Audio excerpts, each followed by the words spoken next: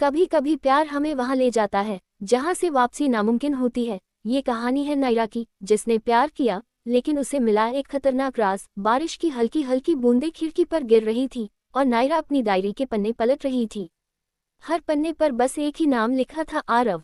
नायरा खुद से बुदबुदाए, क्या सच में तुम मुझसे प्यार करते थे या ये सब बस एक खेल था? उसकी आंखों में आंसू थे लेकिन दिल में अभी भी उम्मीद बाकी थी। 3 साल पहले कॉलेज का पहला दिन था।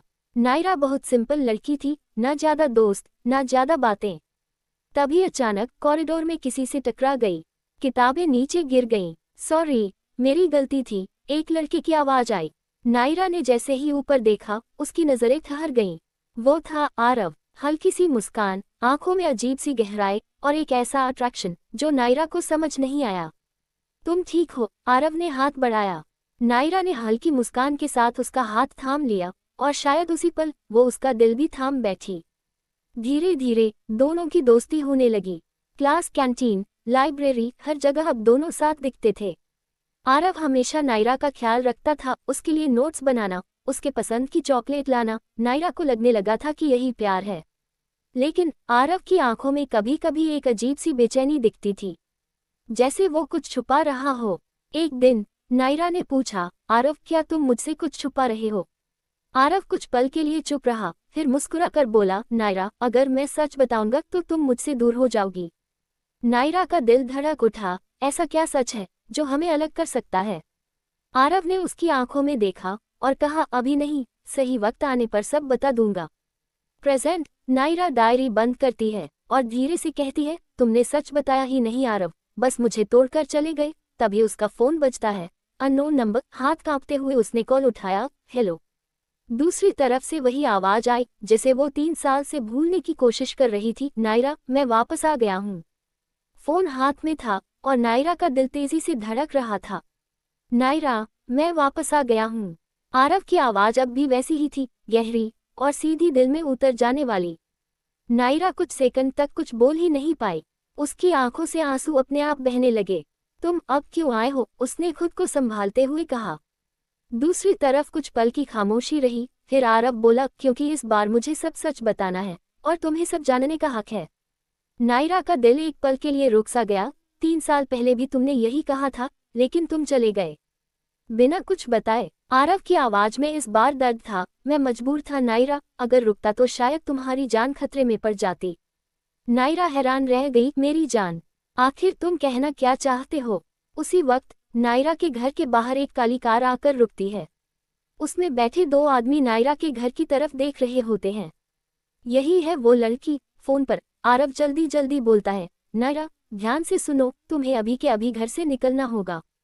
क्या? लेकिन क्यों? क्योंकि वो लोग तुम्हें ढूंढ चुके हैं और इस बार मैं तुम्हें खो नहीं सकता।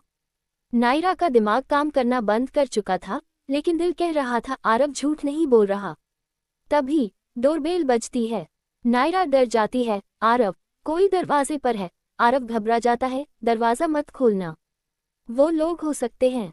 नायरा धीरे धीरे दरवाजे की तरफ बढ़ती है। उसका दिल जोर जोर से धड़क रहा था। डोरबेल लगातार बज रही थी। कौन है? नायरा कांपती आवाज में पूछती है। बाहर से जवाब आता है, मैडम, कोरियर है। नायरा थोड़ा रिलैक्स होती है, लेकिन तभी फोन पर आरव चिल्लाता है, नायरा, नो, वो लोग झूठ बोल रहे हैं। नायरा के हाथ कांप रहे थे, एक तरफ डर, दूसरी तरफ सच जानने की बेचैनी। आखिर उसने हिम्मत करके दरवाजा खोल दिया। दरवाजा खुलते ही 2 अजनबी आदमी अंदर घुस आते हैं। एक ने तुरंत नायरा का मुंह दबा दिया और दूसरा घर का दरवाजा बंद कर देता है। फोन नीचे गिर जाता है और उसमें से बस आरव की चीख सुनाई देती है, नायरा काद्रुप्ले। नायरा की आंखों में डर साफ दिख रहा था। उनमें से एक आदमी मुस्कुराया और बोला, बहुत दिन से तलाश थी तुम्हारी, आखिर मिल ही गई। कमरे में सन्नाटा था और नायरा के दिल की धड़कनें साफ सुनाई दे रही थी। दोनों अजनबी आदमी उसे कसकर पकड़े हुए थे। चुपचाप हमारे साथ चलो, वरना अंजाम अच्छा नहीं होगा, एक आदमी ने ठंडी आवाज में कहा। नायरा की आंखों में डर था, लेकिन इस बार उसने हिम्मत दिखाई। उसने अचानक अपने हाथ से पास की टेबल पर रखा ग्लास उठाया और जोर से एक आदमी के सिर पर मार दिया। आह! वो आदमी दर्द से चिल्लाया। दूसरा आदमी गुस्से में आ गया, बहुत हिम्मत है इसमें। उसी वक्त बाहर एक बाइक आकर रुकती है। ब्लैक जैकेट पहने एक शख्स तेजी से घर की तरफ बढ़ता है। वो था आरव। उसकी आंखों में गुस्सा था और चेहरे पर सिर्फ एक ही इरादा, नायरा को बचाना। घर के अंदर नायरा भागने की कोशिश करती है, लेकिन दूसरा आदमी उसे पकड़ लेता है। अब भाग कर दिखाओ। तभी दरवाजा जोर से टूटता है। आरव अंदर घुसता है। नायरा। आरव बिना कुछ सोचे उन दोनों पर टूट पड़ता है। भूं से धक्के, चीखे, कमरा जैसे जंग का मैदान बन गया था। नायरा एक कोने में खड़ी सब देख रही थी। उसकी आंखों में डर के साथ साथ एक उम्मीद भी थी। कुछ ही मिनटों में आरव दोनों को बुरी तरह घायल कर देता है। सन्नाटा। आरव तेजी से नायरा के पास आता है। तुम ठीक हो? नायरा बस उसे देखती रह जाती है। 3 साल बाद वही चेहरा, वही आंखें, लेकिन इस बार उनमें कुछ अलग था, एक राज जो अब छुप नहीं सकता था। नायरा धीरे से पूछती है, ये सब क्या हो रहा है आरव? ये लोग कौन थे? आरव गहरी सांस लेता है। ये लोग तुम्हारे पीछे नहीं थे नायरा। नायरा चौंक जाती है। मतलब? आरव उसकी आंखों में देखता है और कहता है, ये लोग तुम्हारे पापा के दुश्मन हैं। नायरा के पैरों तले जमीन खिसक जाती है। मेरे पापा?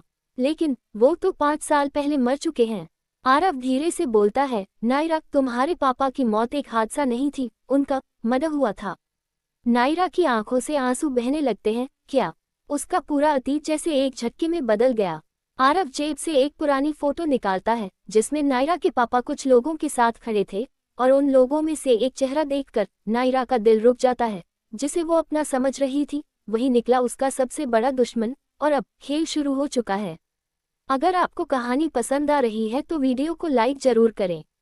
चैनल को सब्सक्राइब करें ताकि अगला पार्ट मिस ना हो। कमेंट में जरूर बताएं क्या आरव सच में सही है।